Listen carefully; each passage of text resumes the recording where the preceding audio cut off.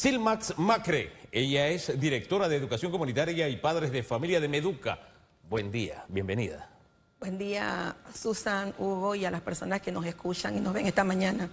Oye, y esta reactivación de la escuela para padres, ¿qué tal? Bueno, les cuento que la reactivación de escuela para padres para nosotros fue toda una sorpresa porque superó nuestras propias expectativas. Se convirtió en toda una fiesta. Para nosotros era gratificante cuando veíamos que nos mandaban fotos y videos de murales hermosos, escuelas decoradas con globos. De hecho, la Escuela Homero Ayala creó un jingle que se ha convertido en el jingle del programa. 40 bandas de música se organizaron y también lo hicieron en tono de banda. Así que fue toda una fiesta la escuela para padres. Y lo más lindo de todo es que los papás finalmente sí acudieron al llamado. Vamos a hablar un poquito de los antecedentes de este programa, porque quizás mucha gente, y le decía yo al señor Temístocles Rosas hace 2 semanas que estuvo aquí, que este tema de escuela para padres ya lo habíamos escuchado en su momento. Entonces, ¿qué ocurrió? Se puso una pausa, no funcionó, y ahora con una nueva administración, con un nuevo gobierno, el programa viene en un replanteamiento distinto, o sea, cómo va a operar para empezar a desgranar cómo va a ser el programa y quitarle todos esos miedos que hasta este momento probablemente muchos padres tienen. ¿Cuándo nace realmente el programa de escuela para padres? Se pausó y ahora cuando se reactiva, ¿cómo viene esta nueva etapa, no? Ok, Susan, el programa es de 1997, si ves, es bastante antiguo. En la primera administración de la señora Lucy Molinar se implementó la modalidad de que era salón por salón, donde los profesores y maestros implementábamos la escuela para padres y fue exitoso, pero luego vienen 2 periodos en donde no se estuvo en práctica y en el gobierno anterior hubo algunas iniciativas en modalidad virtual, el cual no tuvo mucha aceptación por diferentes razones. Es decir, que durmió durante 10 años. Estuvo dormido durante 10 años. Y acaba de despertar. Sí, acaba de despertar y con mucha fuerza. Hubo quizás un poquito de miedo de cómo va a ser esto, que me van a votar, que qué hago en el trabajo, sí. Pero al final, al tener el respaldo de la empresa privada, los papás pudieron acudir a las escuelas para padres. Mire, aunque data del año 97, hay que decir que porque uno puede tener el carro ahí en exhibición, ¿no? Hay que comprarlo, ponerle combustible y echarlo a andar. Quien le puso ese combustible fue la ministra de Educación, la actual ministra de Educación, en la primera vez que estuvo en el cargo. Y realmente los resultados fueron extraordinarios. Uno cuando habla con padres de familia, vivieron la experiencia y cómo las herramientas obtenidas les ayudó, mire, no solamente a la educación, sino a convivir con sus hijos, porque en gran medida de eso se trata. Es cuando uno entra en las interrogantes estas en Panamá de, ok, se va un gobierno, viene el otro y cree que el país comienza de cero. No, el país trae un desarrollo. Y qué lindo es cuando los funcionarios se trepan en la ola del desarrollo de las cosas que se están haciendo bien. Lamentablemente entró en periodo de hibernación, para utilizar otro término, de 10 años y se ha vuelto a retomar. Pero sería bueno hacer una reflexión de todo lo que nos perdemos cuando ocurren este tipo de fenómenos, de que viene una administración, de iniciativas buenas las pone en pausa, o sea, lo que pierde el país. A veces lo hace con obras, no lo hace con programas como estos, ¿no? Sino con obras necesarias de que no pongan en pausa porque viene el gobierno anterior. De verdad, esas cosas yo no me las logro explicar. Pero ¿cómo lo paga el país cuando estas cosas suceden, profesora? Ok, esto no debería ocurrir en ningún ámbito, ¿verdad? Y mucho menos en educación, porque los programas tienen que ser de Estado, no de un gobierno en particular. Y al final quienes los pagan son nuestros estudiantes. Hay muchas prácticas buenas en todos los gobiernos, pero se dejan de utilizar, porque ese no es mi librito. Entonces al final quien paga es cada ciudadano panameño. Entonces nosotros sí estamos apelando a que los maestros y profesores podamos defender en algún momento nuestro programa y que siga implementándose a pesar de que el gobierno cambie. Tenemos que empoderarnos como docentes de que esto es una labor de todos y no tiene que ver que si al ministro que está le guste o no, sino que es algo que tenemos que hacer. En la medida en que el padre está cerca de la escuela, podemos trabajar de la mano. Escuela, hogar, juntos podemos hacer los cambios que requiere el país. Y fíjese, en esa línea le pongo algo adicional. En Panamá hay profesionales del no. Te le decíamos a tomar un café, él te va a decir, ¿por qué no te vas a tomar en la taza de café? Si tú le dices sonríe, te va a decir, ¿Por qué no debes estar sonriendo? En fin, profesionales del no. Esos siempre van a existir. Hay otros que son optimistas por naturaleza. Hey, vamos a tomarnos un café. ¿Dónde? O yo pago, qué sé yo. Esa reacción también se da con este tipo de iniciativas. Lo que ocurre es que a veces los que dicen no hacen más bulla. Hacen más bulla. Y yo siento que en ese empoderamiento, los que se benefician o se suman a las iniciativas positivas deben comenzar a hacer bulla. Le pongo un ejemplo para darle la palabra. Ayer hablábamos de la violencia contra la mujer y cómo se va acrecentando. Y llegamos a un punto también en que gran parte de los valores, o si no los valores, la base de valores se aprende en casa. Pero ¿cómo podemos enseñar valores si no utilizamos las herramientas que el sistema pone a nuestra disposición como padres para ayudar a nuestros hijos? Hay quienes dicen, no se viene con un libro de cómo ser papá debajo del brazo, pero hay lecciones por ahí, ¿no? Para que no seas a punta de golpe. Fíjese cómo iniciativas como estas impactan incluso en comportamientos como estos. Se lo digo yo porque yo he ido a escuela de padres en el sector privado, que sí se mantuvo a propósito, y por algo se mantuvo en el sector privado. ¿No le parece? Sí, de hecho, una primera dinámica que tenemos que se llama el espejo, nos muestra cómo el comportamiento que tenemos en casa, después nuestros hijos lo replican.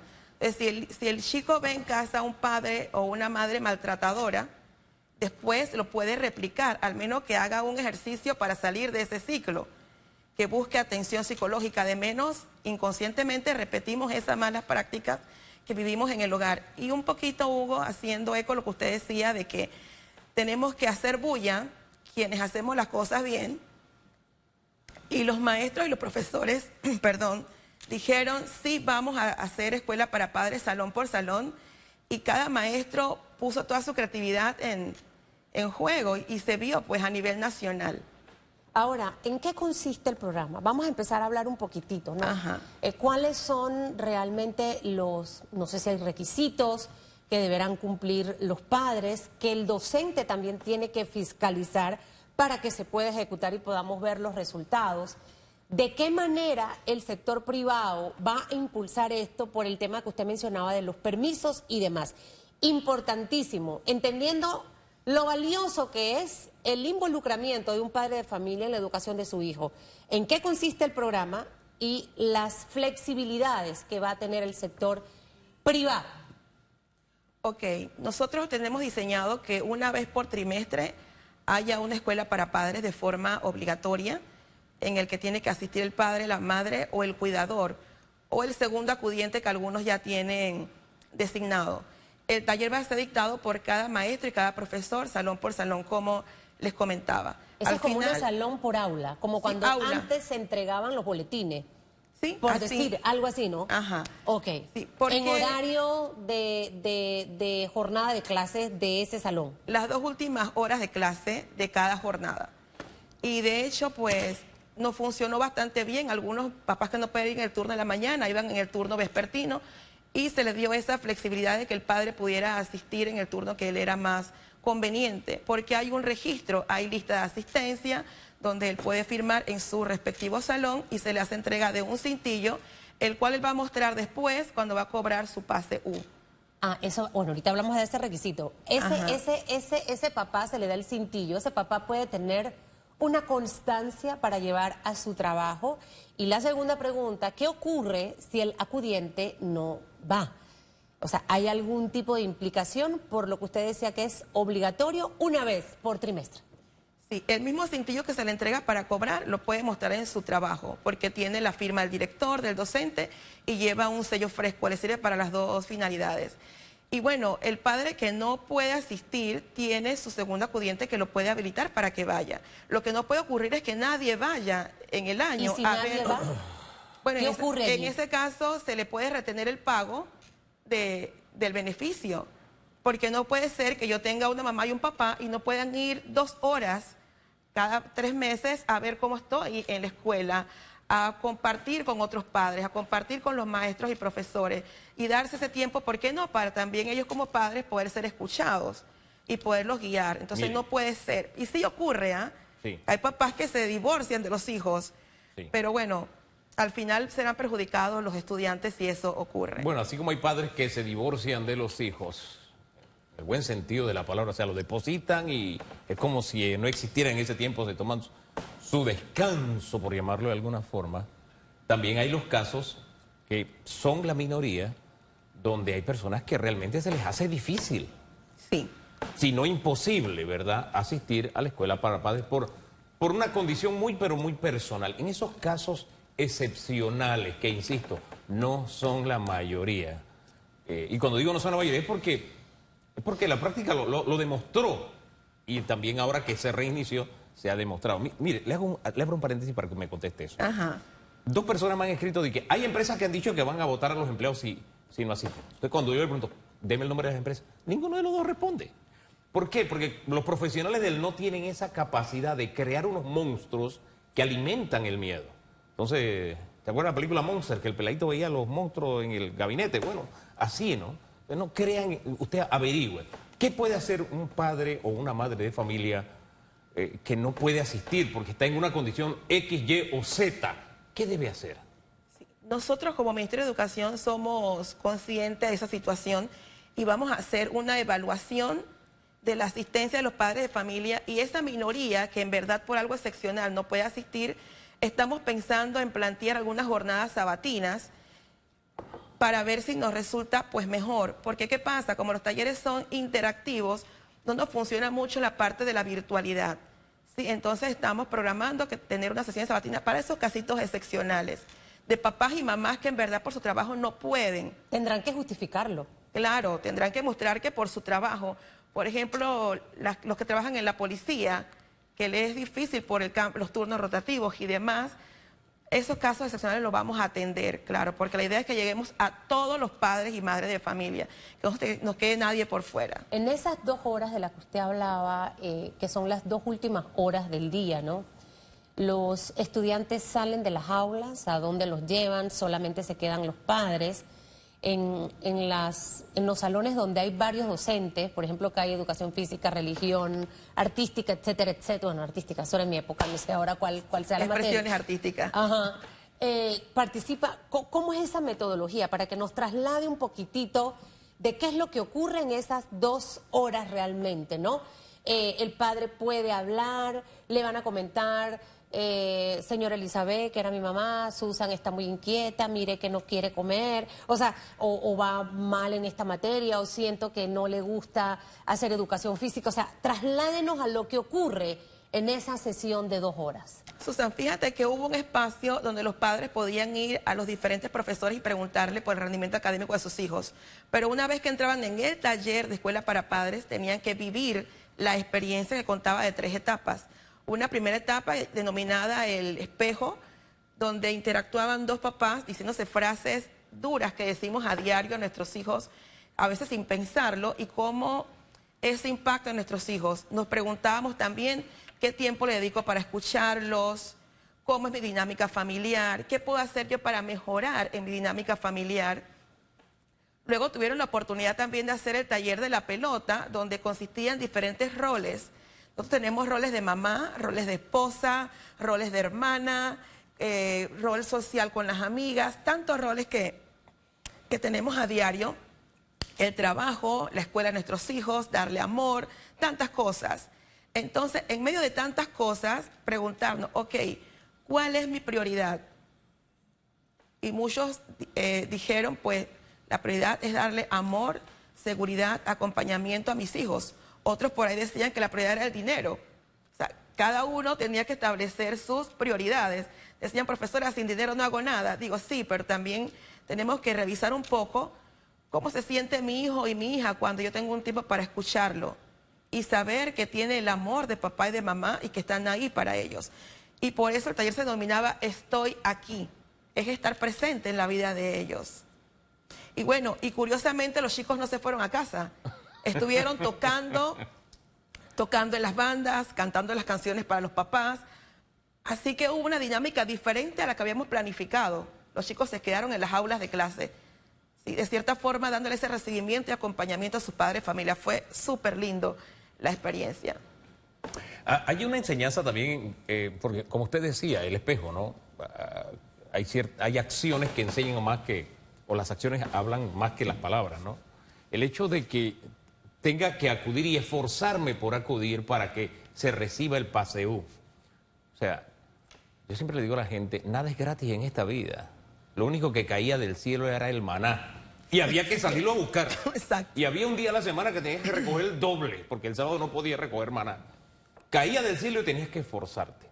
El esfuerzo para recibir el PASEU. O sea, porque esa mentalidad que hay en algunos sectores de yo merezco, a mí me tienen que dar, es que es mío, es que es mi derecho, es que yo, no necesariamente es así.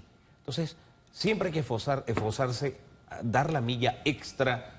Y créame, los hijos se dan cuenta cuando tú madrugas, cuando tú tratas, cuando tú intentas. Los hijos ven más de lo que nosotros solemos creer. Y yo creo que hay un mensaje implícito de vida, ¿no le parece? Sí, claro, nosotros tenemos que siempre estar pendientes de cuál es el mensaje que mandamos a nuestros hijos. A veces solicitamos cosas que nosotros mismos no hacemos. Exacto. Por ejemplo, tienes que estudiar, pero yo no cumplo como padre con mis responsabilidades. Entonces tiene que ir de la mano el discurso con las acciones que hago como padre y madre de familia. Así que es una invitación hacia eso. Y yo sí quería resaltar a aquellos padres que son la mayoría que acuden siempre a la escuela. Hay una minoría que se resiste y por eso sale el tema de casar la beca con la escuela, con la charla, perdón, del PASEU. Por esa minoría que se pierde, que no tengo tiempo, que eso para qué. Pero resaltemos pues que la mayoría sí acude a ver cómo están sus hijos en el diario vivir de la escuela. Y yo estoy segura que ahora que este programa arrancó, y con toda, porque la veo cómo le brillan los ojos cuando Sí. habla de lo que ocurrió ese día, y de verdad que esas cosas nos ponen contentos porque al final queremos resultados positivos en nuestros hijos. Este es el momento de involucrarnos. Ya cuando son adultos es muy complicado el poder ajustar ciertas conductas. Este es el momento preciso para hacerlo. Así que ustedes motivarse y a participar de la escuela para padres. Antes no había escuela para padres. Mi mamá vivía metida en la escuela porque yo me portaba muy mal, yo era inquieta. Era buena estudiante, pero me portaba mal. Pero si no hubiese estado así involucrada, no me hubiese corregido lo que tenía que corregir. Es parte precisamente de ese crecimiento, ¿no? Ahora, la beca. Hablemos de la beca, porque ya usted habló del tema de escuela para padres, va a ser uno de los requisitos. Pero, fecha de pago de esta segunda vuelta de la beca PASEU y los requisitos, ¿no? Para tanto los estudiantes como los padres de familia. Aún no hay una fecha, Susan, no hay una fecha exacta para el pago. Estamos pensando a mediados del mes de octubre que pueda ser efectivo el pago del PASEU. Fíjate que apenas se están pagando las becas por concurso, por discapacidad. Hay un retraso en cuanto a los pagos tanto de beca como de PASEU. ¿Por qué el retraso? Pero, bueno, es un retraso que heredamos, que heredamos de la gestión anterior, pero esta nueva gestión está procurando hacer efectivos los pagos lo más pronto posible, porque sabemos que es una ayuda para el hogar de muchos panameños. ¿Cuánto es el pago de esa beca? Bueno, una cosa es la beca. Ajá, del y PASEU. en el caso del PASEU, algunos cobran $90, otros cobran 120. Trimestral. Sí, trimestral. Trimestral, o sea que este sería el segundo pago de El este segundo año. pago. Ajá. Los requisitos, más allá del tema de lo que hablábamos de la escuela para padres, que el papá debe acudir y llevar el cintillo, porque si no, ñagare, no hay platita del PASEU. ¿Qué otros requisitos deben cumplir los estudiantes? El buen rendimiento académico, los estudiantes no deben tener ningún fracaso escolar, deben asistir a la escuela, tienen que tener una asistencia regular para poder entonces cobrar el PASEU. Cuando habla de no tener fracasos, el estudiante puede tener 3,3, 3,4, 3,5 Sí. y la cobra igual. Sí, con un mínimo de 3 lo cobran. Pues decirle a la ministra que cambie eso. ¿Sí o no, Celestino? Usted sabe lo duro que era antes. O sea, yo no estoy tan vieja, pero tengo 48 años. Yo recuerdo que eso era un tema aplicar a las becas. El promedio tenía que ser arriba de 4,5 y cuando iban a ver había una competencia de 4,9, 4,8. Y uno se motivaba más a estudiar. Entonces, exactamente, eso te motivaba. Bueno, aparte de que a mí sí no me daban rejo limpio, ¿no? Bueno, los que cobran la beca también cobran el PASEU, ellos reciben dos. doble Ok. beneficio. ¿Y las Así- becas con las notas hacia dónde deben ir? Las de las notas, Ajá, con 4,5. 4,5, Sí, eso sí se mantiene. Eso de se 4,5 mantiene, hacia arriba. gracias a Dios se mantiene. Y ojalá vayamos todos hacia allá. Y hace un momento que te escuchaba contar tu experiencia con tu mamá, también tenemos que resaltar esa parte de que si el estudiante va bien, tiene buenas calificaciones, igual hay que acompañarlos. Porque a veces descuidamos, porque mi hijo es excelente académicamente, pero pueda que emocionalmente algo le esté afectando. Entonces, todos merecen que su madre y su padre acudan al centro educativo.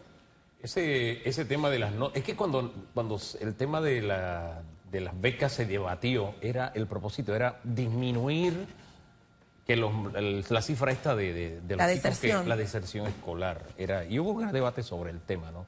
Yo me quedo en el escenario del esfuerzo. Yo me gradué de 6º grado con 4,9 y no tenía derecho a beca. Había estudiantes que se habían graduado con 5, tuve que hacer fila. Sí. Pero era una época en que el estudio de alguna forma marcaba que tu vida podía tener un antes y un después. Y estuve en la raya incluso de tal vez no haber estudiado ni siquiera secundaria, porque vivíamos en extrema pobreza. Pero una beca me cambió la vida. Entonces, realmente yo sí creo en el tema del esfuerzo y además me gusta la iniciativa por una razón. En educación, cuando hablamos de educación y hablamos con la dirigencia, por poner un ejemplo, ¿no? La dirigencia dice, es que el Ministerio de Educación, no sé qué. Bien, no hay problema, entonces llamamos al ministerio. Y es que estos dirigentes, qué sé yo, entonces la culpa es de los dirigentes. Entonces cuando hablas con los padres de familia, bueno, vamos a hablar con los padres de familia. Es que el Ministerio de Educación y los dirigentes. En educación, tristemente, principalmente en el área de quienes dirigen, hay una tendencia a señalar lo que los demás no hacen, o las faltas de los demás, que todos cometemos faltas, todos tenemos errores. Pero hay muy poco de esto es que yo tengo la responsabilidad. Cuando nosotros aprendamos a asumir responsabilidades en educación, por eso me gusta esta iniciativa, porque es un tema de asumir responsabilidades, impactaremos vidas. Nosotros tenemos unos vecinitos aquí al lado, los ticos. Yo me acuerdo en la época de pandemia, los maestros yendo a buscar páginas para dar clases en las montañas. Los que podían dar por celular, contentos dando clases por celular. Acá no, espérate, es que como yo no tengo celular no puedo dar clase. No, que me tienen que dar gratis, no sé qué, no sé qué.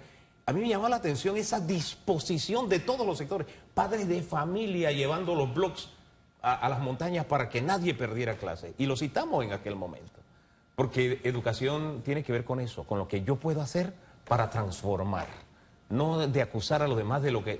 Olvídese, el otro lo contagiaremos en algún momento, pero tenemos que echar para adelante y de eso se trata. Usted disculpe que a esta iniciativa yo le tiré más flores que cuestionamientos, pero es que de verdad, si hay una iniciativa que da frutos, es esta, y nosotros la apoyamos. Quizás sus frutos sean porque usted lo ve como padre y usted sabe que es importante, le ve el beneficio al programa, le ve los frutos positivos y bueno, creo que a nivel nacional se ha visto que fue así, que fue una experiencia positiva, fue una fiesta, como le dije al principio, donde los mismos estudiantes recibieron a sus papás. O sea, a mí eso me fascinó, yo no me esperaba eso, yo digo, wow, la verdad que los chicos, los jóvenes solo requieren una oportunidad para demostrar que son capaces de transformar un escenario de repente un poquito tenso en algo maravilloso, armónico para todos. Bueno, que sea un éxito la segunda escuela para padres. Falta un poquito, faltan las comarcas. ¿Ah, sí? Sí, faltan las comarcas el 4 de septiembre en Gunayala, el 6 de septiembre en la comarca en Veraguana y cerramos el 11 en la comarca Nueve Buglé. ¿Esa sería ya de este año la última o vendría una más a final de año? Falta una más. Una más. Ajá. Falta bueno, una a más. Chutupu puedes ir a la de Gunayala, de repente para que usted allá participe y viva la experiencia, ¿no? El tiempo pasa, es como cuando el tren se va. Cuando usted va a ver, ya sus hijos están grandes. Entonces usted dice, si hubiese hecho aquello, si hubiese estado... Aproveche el momento que es hoy. Que le vaya muy bien. Gracias. Que tenga una bonita semana. Igual para ustedes. Tío Achutupu, le tengo una invitación. Especiales Eco presenta Desafíos Económicos de Panamá. La periodista Jessica Tazón, junto a expertos, abordarán importantes temas como la deuda pública, la situación de la Caja de Seguro Social, las estrategias para salir de las listas discriminatorias y mucho más. Recuerde, miércoles 28 de agosto a las 9 de la noche, claro está, por Eco.